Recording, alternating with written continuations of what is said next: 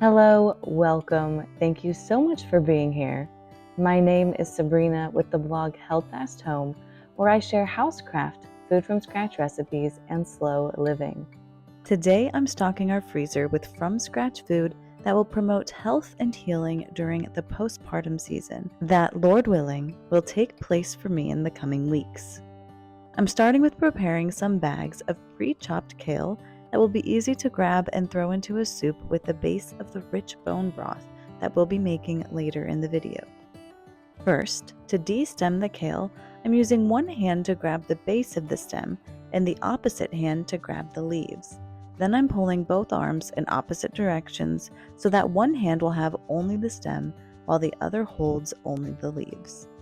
I've been dealing with cabbage moths and their offspring recently, so I'm doing a thorough inspection on the underside of the leaves, which is where they like to hang out. Here is one of those little pests. Personally, a few holes here and there in my kale doesn't really bother me. We'll still eat it. Once it's cooked down, you can't even tell. When considering a kitchen garden, I've always understood that you share a portion of the produce with the pests. It's the way of life, especially if you're gardening organically. And we haven't yet explored any organic pest control methods aside from companion or interplanting. I just want to encourage you that even if your food isn't beautiful and has been munched on by a few pests, that it won't hurt you and it can still serve your family. Once the kale is all washed and prepped, I'm taking a few leaves at a time and roughly chopping them in 1 to 2 inch squares. I have a cup measure out here to use for the first time so that I can see what 1 cup of chopped kale looks like in these quart freezer bags. Then I can kind of eyeball the rest of the bags and the amounts in them. This is a good tip as you get comfortable with from scratch cooking to take your measurement, for example 1 teaspoon of salt, and place it in your palm or a small bowl so that you have a better understanding of sizes and amounts. And then you'll get more comfortable slinging spices without needing to grab a teaspoon. Then I squeezed the air out of each bag and labeled the contents. I now have 7 of these Ziploc freezer bags filled with 2 to 3 cups of roughly chopped kale.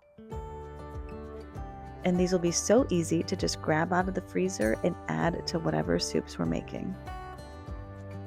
When removing the air from these freezer bags, I'm trying to keep the kale inside the bags in as thin of a layer as possible so that the bags stack neatly in the freezer.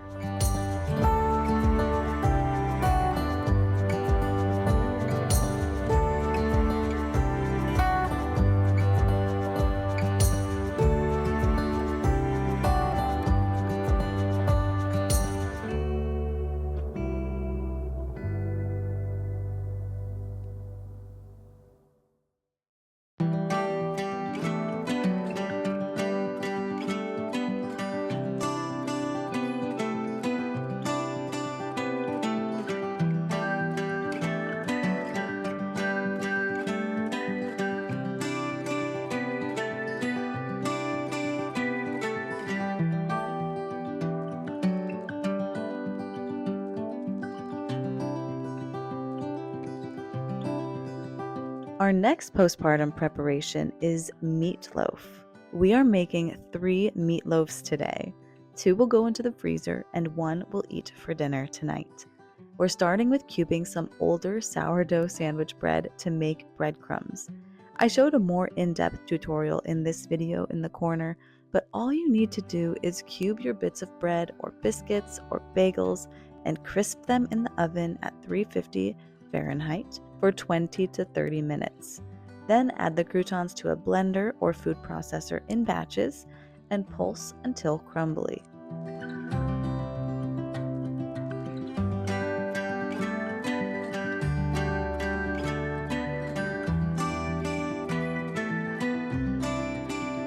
For the meatloaf, I prefer whisking together all the wet ingredients first to make sure everything is well incorporated into the meat mixture later.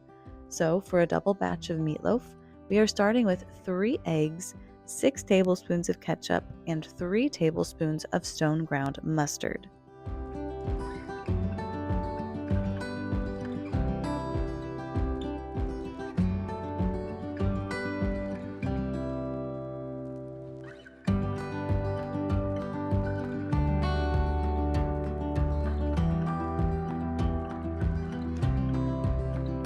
After whisking those together, I added 3 teaspoons of oregano, 3 teaspoons of parsley, 1.5 teaspoons of both paprika and salt.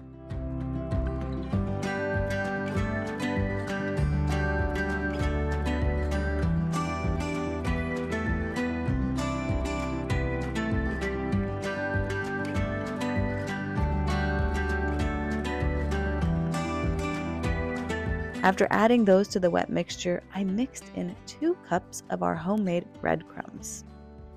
This next step is the key to making meatloaf kid-friendly, at least in my house. My kids will eat onions as long as they aren't crunchy. So as I'm mixing together the wet ingredients, spices, and breadcrumbs, I also sauteed 1 cup of diced onion and 4 garlic cloves until they were softened. I'm now adding these softened veggies to the breadcrumb mixture and stirring until combined. For the meat, I'm using 2 pounds of ground beef and 2 pounds of ground venison, then thoroughly mixing it all together.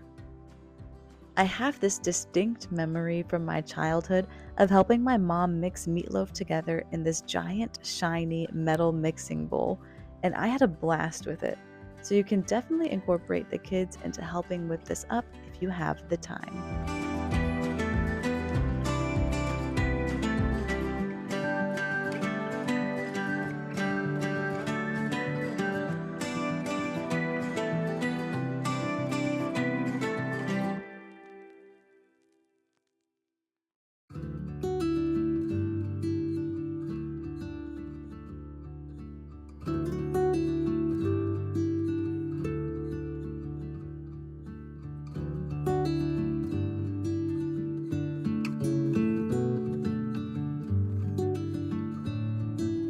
This next tip comes from my sister-in-law, and I am so pleased with it.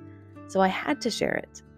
Taking a gallon Ziploc bag and a loaf pan, fill the Ziploc with half of the meatloaf mixture, then fit it into the loaf pan and press the meat until you've constructed the shape of a loaf within your freezer bag so that your loaf pan isn't getting dirty.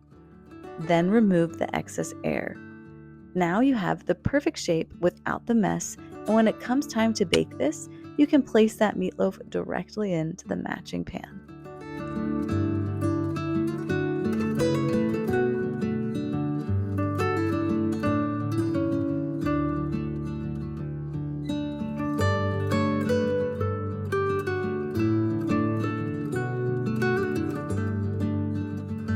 Now we are making a single batch of meatloaf for dinner tonight. I did this separately from the previous double batch because I only had enough breadcrumbs for 2 meatloaves instead of 3, and I had no more onions and garlic. So I'll share what I substituted as I go through the ingredients list for a single meatloaf. Starting with 1 egg, 3 tablespoons of ketchup, and 1.5 tablespoons of stone ground mustard. Then I added 1 teaspoon of parsley and oregano and half a teaspoon of salt and paprika. So since I didn't soften enough onions and garlic for a triple batch, I just added 1 teaspoon of both garlic and onion powder here. As a breadcrumb substitute, I used 1 cup of wheat bran, sifted from soft white wheat berries.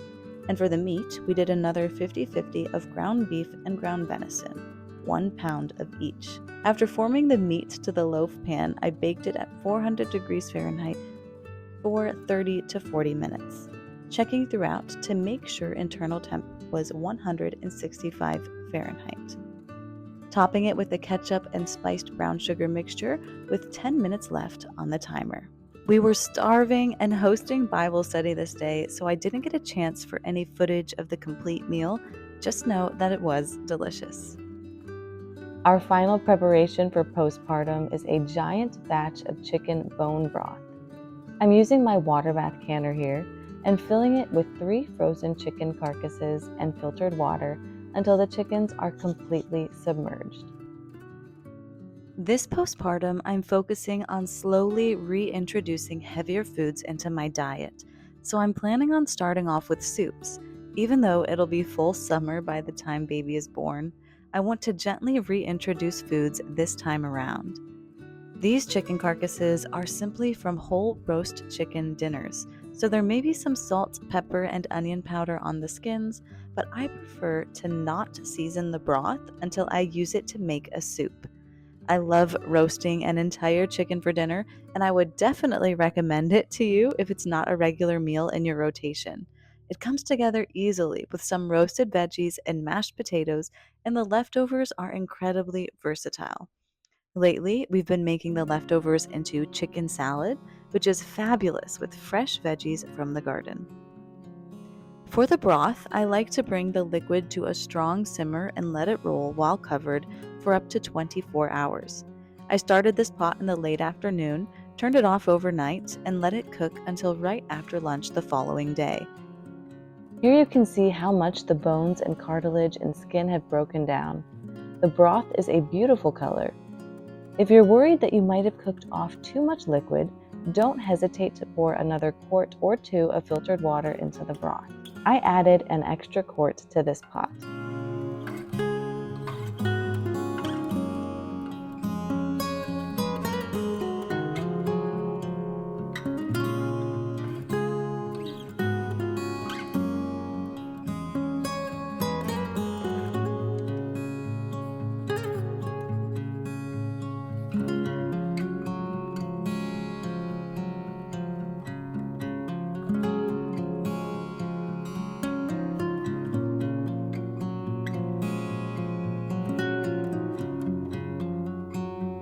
Then I fished out all the bigger chunks of bone and strained the broth into these wide-mouthed mason jars intended for freezing.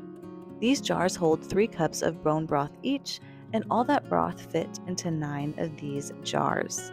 If you don't have these straight mason jars designed for freezing, and you're just using your regular quart mason jars or even pints, I would make sure to not fill past the shoulder of the vessel, so that rounded part at the top. Just leave enough headspace, because once you put them in the freezer and the liquid starts freezing, you can get cracks and your glass could break.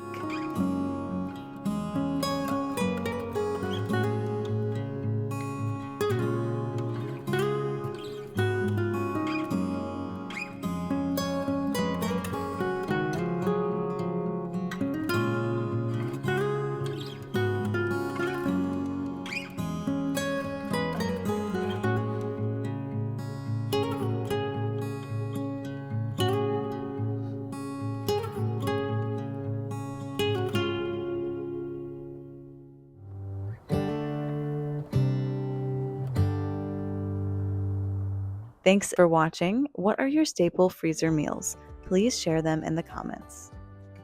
Thanks again, and I will see you next time.